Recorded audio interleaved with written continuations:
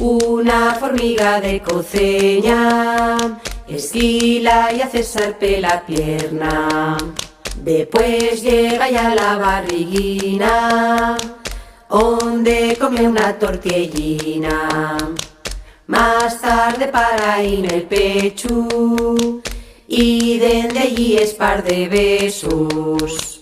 Y sube ya hasta una pestaña, ella topa una formiga blanca. Dos formiguines de coceña, cada una sentada en una cella. Esguilen como per un monte, van a la gueta d'una fonte.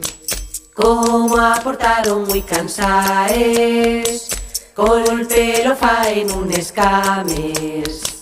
Dos formiguines de coceña, hay una blanca y otra prieta. Duermen enriba el pelo César, dende allí miren una estrella.